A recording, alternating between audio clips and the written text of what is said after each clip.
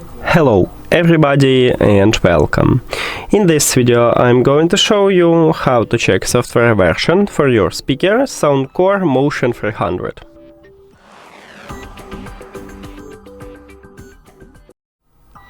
You have to start by open SOUNDCORE application, and if you add your speaker to the application you will see it at the device list. Now tap on it, and after that go to the settings at the right top.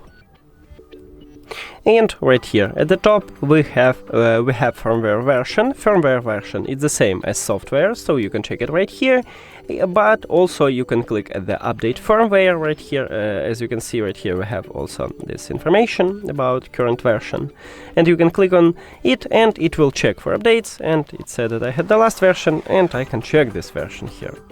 That's it. Thank you for watching this video. If you found it helpful, please consider subscribing to the channel and leave the like on the video. See you later!